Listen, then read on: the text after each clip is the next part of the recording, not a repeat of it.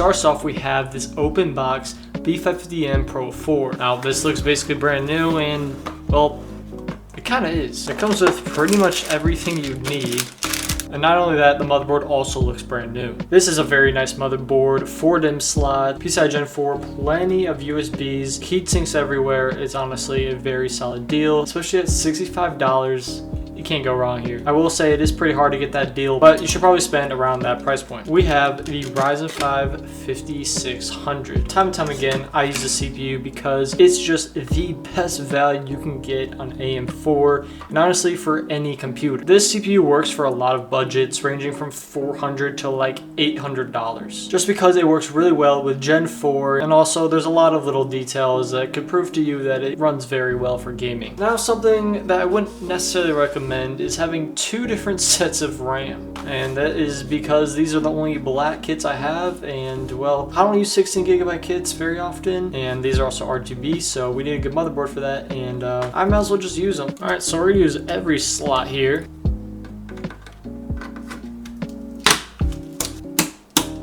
Just add a little bit of pressure each time, and I mean, look at that. Doesn't look too bad, does it? Now, next up, the NVMe. This specific model I actually got in a combo deal on Newegg, so I'm just using it for this build. I'll value it around $50. This is my first time actually using this new screwdriver, which should be in a TikTok video.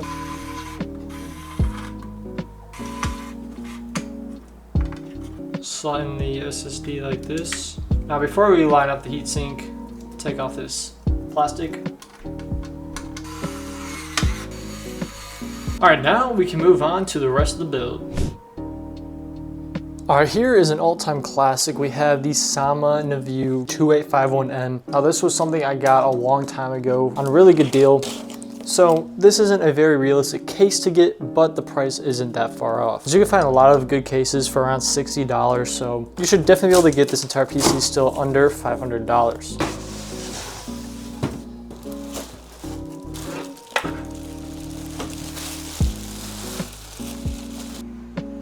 Pretty nice case.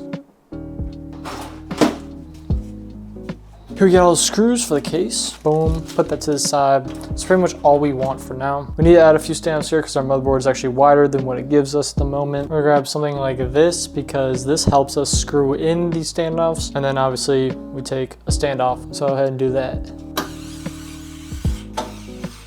So we're gonna take the IO shield and like this. Snap the IO shield right in now. Now we can take the motherboard, kind of line it up with the screws and the IO shield, and yeah, kind of just slots right in. Then we're able to take these screws right here and screw them all in. Yep, everything's screwed in.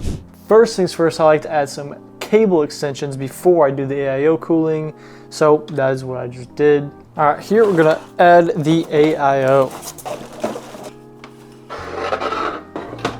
All right, first I'm gonna apply some thermal paste. Just get however much you can out of that. I'm just gonna kind of line up the AIO here. And to make it easier, use this little splitter that we got with AIO and then plug it into the CPU fan. And then we're gonna route that around the back. First, I'm actually just gonna screw it in.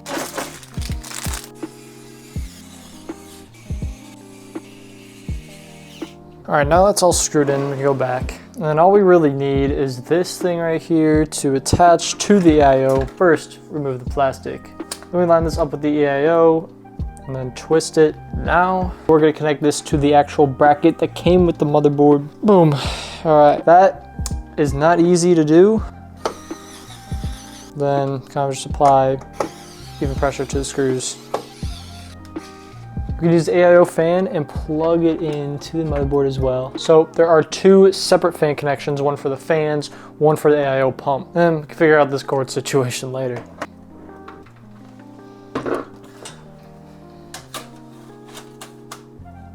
All right, we are almost done here. What I'm gonna do is go to the back. So we have kind of a mess here, but before we make it even messier with the power supply, I'm gonna take all of these case cords and plug them into the motherboard.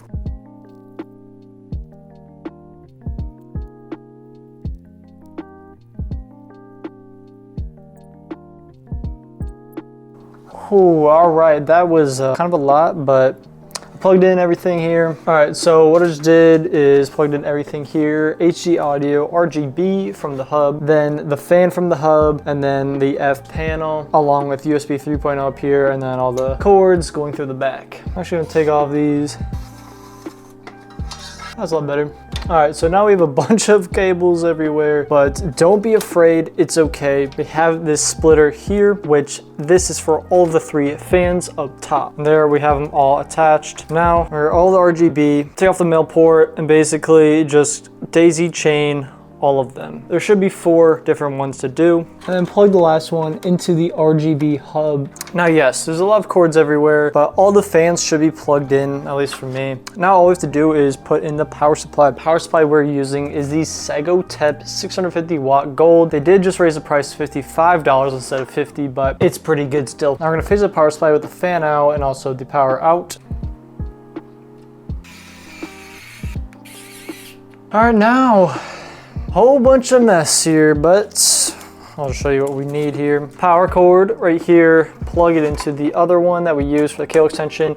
Cable extensions, again, not necessary. And then everything will be tucked up here with that bracket that we took off. One thing's a little tricky, SATA plugs into the little hub for the fans. All right, we're at the PCIe down below to the other side. Now we're gonna take the CPU, plug it into the cable extension. Everything's plugged in, but I have a whole bunch more cables.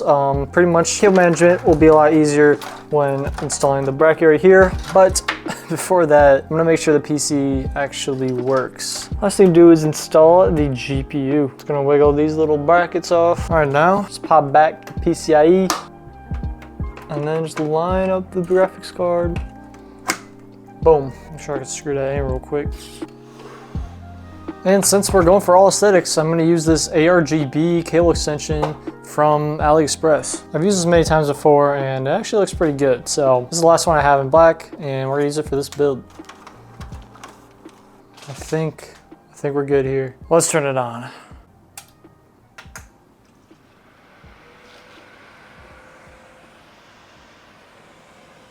And this one RGB fan.